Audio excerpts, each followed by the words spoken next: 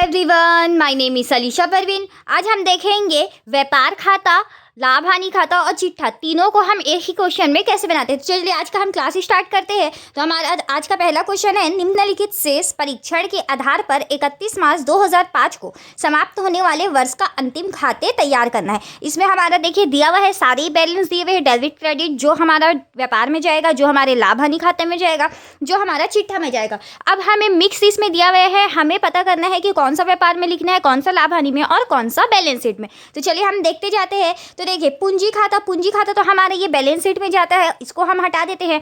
पहले हम व्यापार खाता और लाभ हानि खाता को देखते हैं। तो व्यापार खाता में हमारा क्रय और विक्रय जाएगा। क्रय का आपका बैलेंस क्या होता है? डेबिट। तो देखिए इसमें डेबिट साइड में दिया हुआ है एक और क्रेडिट साइड में दिया हुआ है। तो डेबिट साइड में आपका क्रय का बैलेंस होता है और क्रेडिट साइड में विक्रय का। तो हम यहाँ पे देखिए व्यापार खाता हमने यहाँ पे trading and profit and loss account बनाया है, एक ही में हम बनाते हैं जैसे कि हमने पहले भी देखा है। तो यहाँ पे सबसे पहले देखिए हमने यहाँ पे प्रारंभिक स्टॉक लिखा है, जो कि हमारा इसमें देखिए कहाँ पे लिखा है, तो प्रारंभिक स्कंध हमारा देखिए यहाँ लिखाया है, जो कि हमारा है 4000 रुपये। हमें इसमें ढूंढना पड़ेगा। तो सबसे पहले हम ओपनिंग स्टॉक प्रारंभिक रहतिया 4000 लिख लिए। फिर परचेस हमने देखिए क्वेश्चन में जो कि देखा है डेबिट साइड में कितना था, 28000 रुपये। अब हमें क्रय वापसी या कुछ है तो उसे देखना है। तो क्रय वापसी देखिए उसके जस्ट नीचे दिया हुआ है क्रय व विक्रय वापसी। तो क्रय वापसी का बैलेंस क्या होता है? क्रेडिट। तो देखिए क्रेडिट साइड में 500 है और विक्रय वापसी का आपका 1000 रुपये है। तो यहाँ पे देखिए हमने क्रय से क्रय वापसी 500 घटाया, अब आगे हमारा 27500। वैसे ही विक्रय का देखिए, विक्रय का आपका क्रेडिट बैलेंस होता है तो 39000, जो कि व्यापार खाता की क्रेडिट साइड में हमने लिखा है, और इसका विक्रय वापसी सेल्स रिटर्न का आपका डेबिट बैलेंस होता है 1000, जो कि हमने सेल्स से सेल्स रिटर्न माइनस किया। अब हमारा आ चुका है 38000।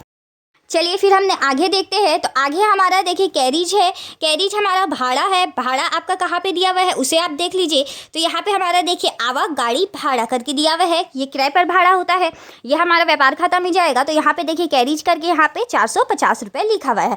फिर आगे हम देखते हैं। तो आगे और व्यापार खाता में क्या क्या जा सकता है, तो रोकड़ तो चिट्ठा में जाएगा, बैंक भी चिट्ठा में जाएगा। मजदूरी हमारा व्यापार खाता में जाएगा। मजदूरी खर्चा है, उसका डेबिट बैलेंस होता है। तो देखिए हमारा कितना है वो 5000 रुपये। तो यहाँ पे देखिए वेजेस में 5000 रुपये लिखा गया है।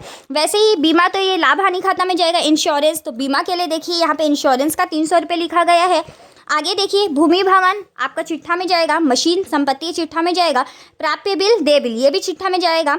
एक संपत्ति है, एक दायित्व है, ऋणदाता भी चिट्ठा में जाएगा। बट्टा डिस्काउंट हमारे लिए एक तरीके का खर्चा है। खर्चा कैसे वो देखना होगा। तो बैलेंस देखिए, डेबिट बैलेंस है मतलब खर्चा है, और क्रेडिट बैलेंस है मतलब हमारा इनकम है। तो डेबिट बैलेंस 200 रुपये, जो कि डेबिट साइड में लाभ हानि खाता के लिखा गया है, और डिस्काउंट रिसीव 600 रुपये लाभ हानि के क्रेडिट साइड में। आगे देखिए, आगे इसमें क्या बोला है, आवक गाड़ी भाड़ा वो तो हमने लिख लिया व्यापार खाता में। रेल भाड़ा आपका यहाँ पे व्यापार खाता में जाएगा। व्यापार खाता में क्यों जाएगा? क्योंकि हमें सामान को मंगवाने से संबंधित खर्चा है, तो यहाँ पे हमने रेल भाड़ा लिखा। आगे प्रारंभिक रहतिया हो चुका है। विज्ञापन एडवर्टाइजमेंट ये भी हमारा लाभ हानि खाता में चला जाएगा। तो देखिए एडवर्टाइजमेंट हमने 900 रुपये लिख दिया है। आगे हमारा मूल्यह्रास मशीनरी, तो मशीन से हम माइनस करेंगे, ये तो चिट्ठा में होगा। आहरण भी आपका चिट्ठा में होगा। तो यहाँ पे हमने जो व्यापार खाता से आना था उसमें वो सब लिख दिया है। लास्ट में हमारा देखिए अंतिम रहतिया क्लोजिंग स्टॉक, जो कि व्यापार के क्रेडिट साइड में लिखते हैं। अब क्रेडिट में से हमने सारे डेबिट साइड के व्यापार खाते के खर्चे को माइनस किया है। हमारा ग्रॉस प्रॉफिट सकल लाभ आ चुका है 7000 रुपये, जो कि कहाँ ट्रांसफर हो जाएगा? लाभ हानि खाता में। दोनों साइड हमने व्यापार खाता का इक्वल कर दिया है 44500 रुपये। अब यहाँ पे ग्रॉस प्रॉफिट हो गया, इसमें का हमने आधा तो देख ही चुका है। यहाँ पे देखिए सैलरी है, वेतन है। तो वेतन यहाँ पे देखिए, यहाँ पे है वेतन हमारा क्या है? खर्चा है, लाभ हानि खाता में चला जाएगा, जो कि यहाँ पे लिखा चुका है। इंश्योरेंस हमने देख चुका है, डिस्काउंट देख चुका है, एडवर्टाइजमेंट देख चुका है। डेप्रीशिएशन एक तरीके का ये खर्चा है, जो कि आपका मशीन से तो माइनस होगा ही होगा, लेकिन लाभ हानि खाता में भी एक तरीके से हानि का दिखाएगा, जो कि डेबिट साइड में रहेगा। 1000 रुपये देखिए यहाँ पे हो गया। आगे देखिए यहाँ पे डिस्काउंट रिसिप्ट हमने देख लिया है। अब यहाँ पे हमने क्रेडिट साइड के दोनों को प्लस किया है, डेबिट से माइनस किया है। तो हमारे यहाँ पे क्या आ गया? शुद्ध लाभ नेट प्रॉफिट, जो कि आपका चिट्ठे में ट्रांसफ़र हो जाएगा, बैलेंस शीट में ट्रांसफ़र हो जाएगा। कुल मिला के आपको इसमें खुद ही पहचानना है कि डेबिट बैलेंस क्या है, क्रेडिट बैलेंस क्या है। जैसे कि इसमें क्रय विक्रय एक ही कॉलम में दिया हुआ है, अब अमाउंट को डेबिट और क्रेडिट में दिया है, तो आपको ये आना चाहिए कि डेबिट बैलेंस क्रय का होता है और क्रेडिट बैलेंस विक्रय का होता है। वैसे ही क्रय वापसी का क्रेडिट होता है और विक्रय वापसी का डेबिट होता है। उसी प्रकार से अब देखते हैं, हम आगे बढ़ते हैं बैलेंस शीट चिट्ठा का। तो बैलेंस शीट का देखिए फॉर्मेट कैसे बनाया है।